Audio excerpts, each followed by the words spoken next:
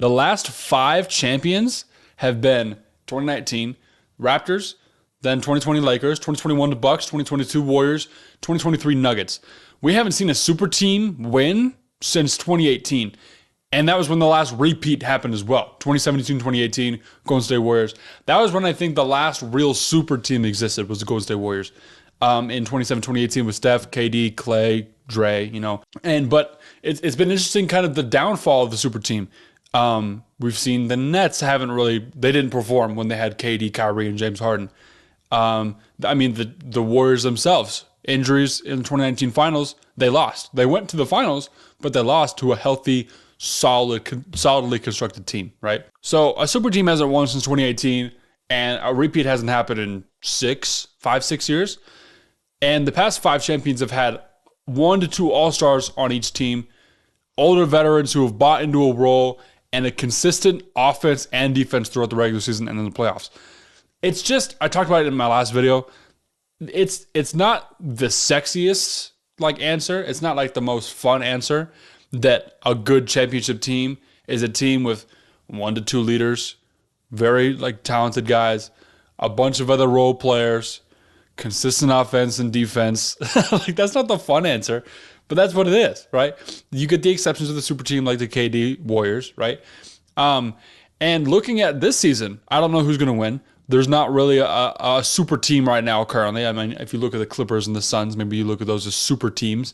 But in terms of super teams that have a shot, I don't think there is one. And when we look at the safest picks for this season to make the finals potentially or win a championship, there's 4 that come to mind: Boston Celtics, Milwaukee Bucks, Denver Nuggets, and I think the Timberwolves, number 1 in the West right now.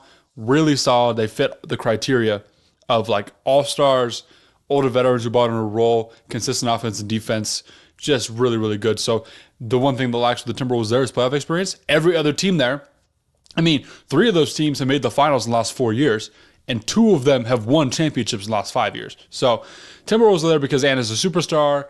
So with Mike Conley, Gobert, Cat is an all-star level player. And then you got shooters around him. Cat is 50-40-90 right now, and Naz Reid is 50-40-90 right now on shooting percentages.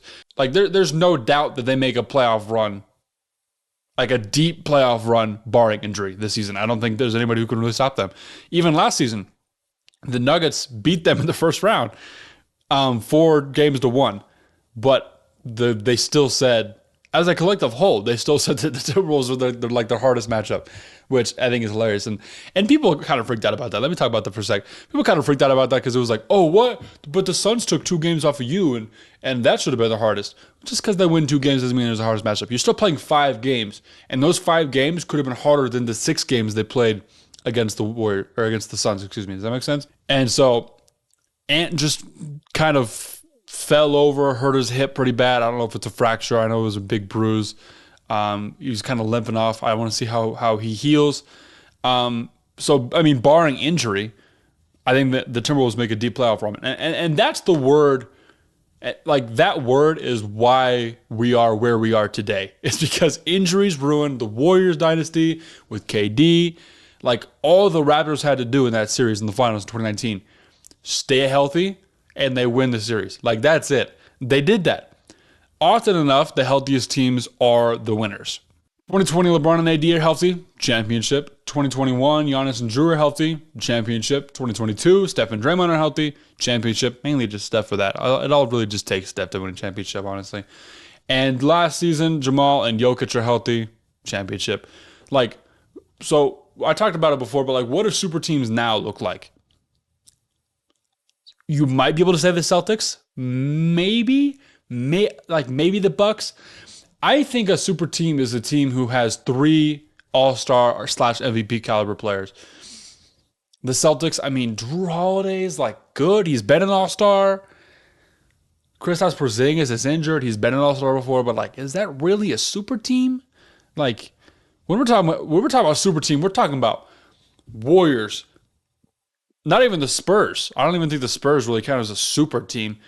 The Heatles, Boston Celtics in the late 2000s, Celtics and Lakers in the 80s. Those are super teams, I feel like. But now it's pretty much just the Suns and the Clippers, I think. in terms of super teams. And how are they doing? The Suns just lost last night in the quarterfinal of this in-season tournament. 23 turnovers, I think. 22, 23 turnovers. Bradley Beal didn't even play. Booker had 7 turnovers. Like, I don't know. Like what's wrong with these super teams now?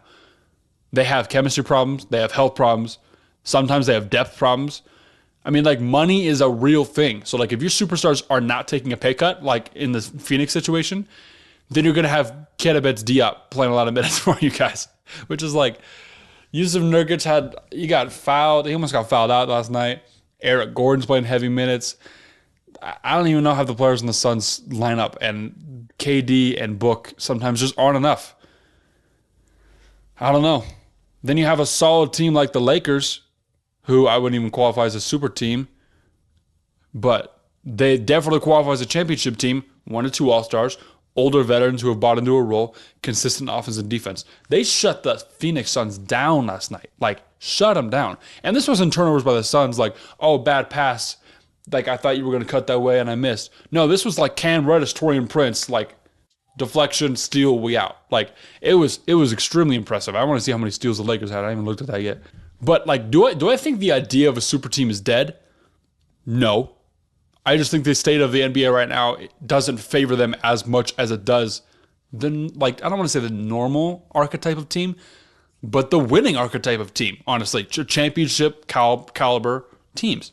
The state of the NBA right now has so many positionless players and, like, malleable play styles that it makes it so interesting to think that you could just have superstar when the Nuggets, on paper, have a 7-foot sharpshooter who plays solid defense and shoots lights out. Michael Porter Jr.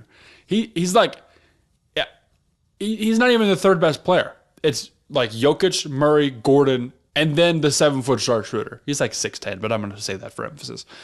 Because it's like you don't need a superstar. If the Nuggets added KD, they're worse. Honestly, like, it just it throws a cog in the whole machine. It's not good. They got good coaching. They got a good bench. I mean, for crying out loud, Reggie Jackson and DeAndre Jordan just smoked the Clippers the other night. I don't want to talk about it. That was ridiculous. But solidly constructed teams win championships. We all know that. And some super teams are solidly constructed. The KD Warriors, solid team. They beat, like, everybody.